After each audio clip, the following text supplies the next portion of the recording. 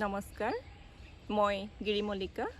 আজি আপোনালোকক অকণমান জনাব বিচাৰিছোঁ মোৰ সদ্য প্ৰকাশিত গ্ৰন্থ অনন্য অৰণ্যৰ কথা, আগবঢ় প্ৰকাশনৰ।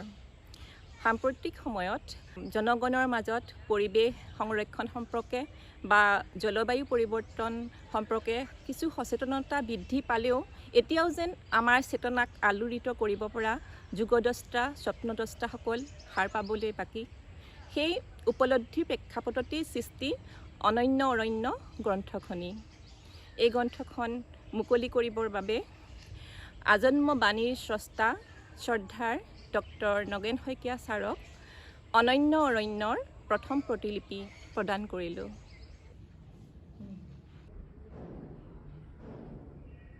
গিৰিমল্লিকা শইকীয়াক যে তেওঁ বিশেষকৈ অসমৰ বন্যপ্ৰাণী সম্পৰ্কে ইমানখিনি সচেতনতাৰে সৈতে কিছু অধ্যয়ন কৰিছে আৰু সেই বিষয়ৰ এখন গ্ৰন্থ অনন্য অৰণ্য এই নামেৰে এই গ্ৰন্থখন লিখি উলিয়াইছে।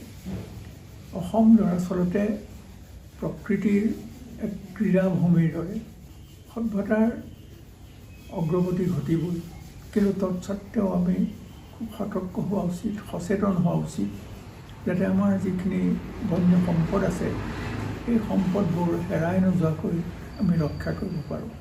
এই ক্ষেত্ৰত গিৰিমল্লিকাই যিটো দায়িত্ব সহকাৰে যিখিনি কাম কৰিছে সেইখিনি দেখি মই সঁচাকৈ সন্তুষ্ট হৈছোঁ আৰু আশা কৰিছোঁ তেওঁ ইমানতে ক্ষান্ত নথাকি আগবাঢ়ি গৈ থাকিব।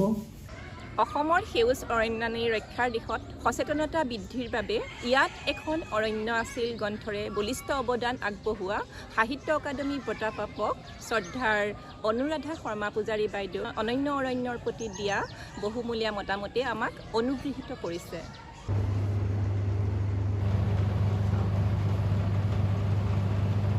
অনন্য অৰণ্য গিৰিমল্লিকা শইকীয়া তেওঁ লিখিছে। মোৰ অতি ভাল লাগিছে এইটো কাৰণে গিৰিমল্লিকাই যিটো বিষয়ত তেওঁ মানে গুৰুত্ব দিছে সেয়া হৈছে প্ৰকৃতিৰ পৰা হেৰাই যোৱা আৰু প্ৰকৃতিৰ সৈতে অস্তিত্বৰ সংকটত থকা কিছু সংখ্যক প্ৰাণীৰ কথা লিখিছে। গতিকে এনেকুৱা ধৰণৰ কিতাপ লেখাটো আচলতে প্ৰকৃততে যদি প্ৰকৃতিপ্ৰেমী নহয় তেতিয়াহ'লে এনেকুৱা এখন কিতাপ লিখিব নোৱাৰে। আজিৰ পৃথিৱীখনত আটাইতকৈ যদি মহত্বপূৰ্ণ মানে গ্ৰন্থ বুলি আমি ভাবোঁ সেয়া হৈছে প্ৰকৃতিৰ সংৰক্ষণৰ বাবে লিখা কিতাপবিলাক। আৰু এইখন অপূৰ্ব এখন কিতাপ, অতি সুন্দৰ কিতাপ, আৰু সেই বন্য জীৱ জন্তুবিলাকৰ সম্পৰ্কত তেওঁৰ সহানুভূতি আছে, সংবেদনশীল তেওঁ নাৰী, সেইবাবে তেওঁ এইখিনি লিখিব পাৰিছে। মই ভাবোঁ এই কিতাপখন সকলোৱে সংগ্ৰহ কৰক, বহু নজনা কথা জানক ইয়াৰ পৰা, আৰু গিৰিমল্লিকালৈ মোৰ অপাৰ শুভকামনা। সুদীৰ্ঘ দিন ধৰি অসমৰ বন্যপ্ৰাণী আৰু পৰিৱেশ সম্পৰ্কে উচ্চস্তৰীয় গৱেষণাৰ জৰিয়তে সচেতনতা বৃদ্ধি কৰিবলৈ বিদ্যায়তনিক আৰু জনপ্ৰিয় দুই দিশতে অহৰহ চেষ্টা কৰি অহা ভাৰতীয় প্ৰশাসনিক সেৱাৰ প্ৰাক্তন বিষয়া ডক্টৰ আনৱাৰুদ্দিন চৌধুৰী ছাৰৰ আমাৰ অনন্য অৰণ্যক দিয়া শুভাশীষ বাৰ্তাই উৎসাহিত কৰিছে। কিতাপখনৰ মানে আটাইতকৈ বেছি ভাল লাগিছে মোৰ এই কিতাপৰ যিখিনি চেপ্টাৰ তেখেতে চিলেক্ট কৰিছে এই চেপ্টাৰবোৰ আমাৰ অসমৰ কাৰণে অতি ৰেলিভেণ্ট, অৰ্থাৎ অসমৰ কাৰণে যিকেইটা ইছ্যু, এনভাইৰনমেণ্টেল ইছ্যু যিকেইটা আমাৰ অতি প্ৰয়োজনীয় সেইবোৰ তেখেতে কাভাৰ কৰিছে। তাৰপিছত কিতাপৰ আৰু এটা মানে দিশ হ'ল যে কিতাপৰ ইনফৰ্মেশ্যনবিলাক অথেণ্টিক, কাৰণ প্ৰতিটো চেপ্টাৰৰ বেকত মানে তথ্যসূচীটো দিয়া আছে, তথ্যৰ চ'ৰ্চ। মই ভাবোঁ এই কিতাপখনি মানুহে পঢ়া শুনা কৰিলে এই নলেজখিনি এইখন কিতাপৰ পৰা তেখেতসকলে পাব পাৰিব।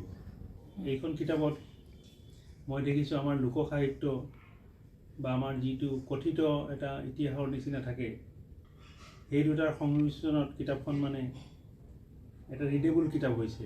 প্ৰিয় পাঠক বন্ধু, আমাৰ জলবায়ু আৰু সমস্ত জীৱ জগতৰ সৈতে অসমৰ অৰণ্যৰাজি সংৰক্ষণৰ দিশত আপোনালোককো আমাৰ সহযাত্ৰী হিচাপে আশা কৰি আপোনালোকলৈ আগবঢ়াই দিছোঁ অনন্য অৰণ্য গ্ৰন্থখনি।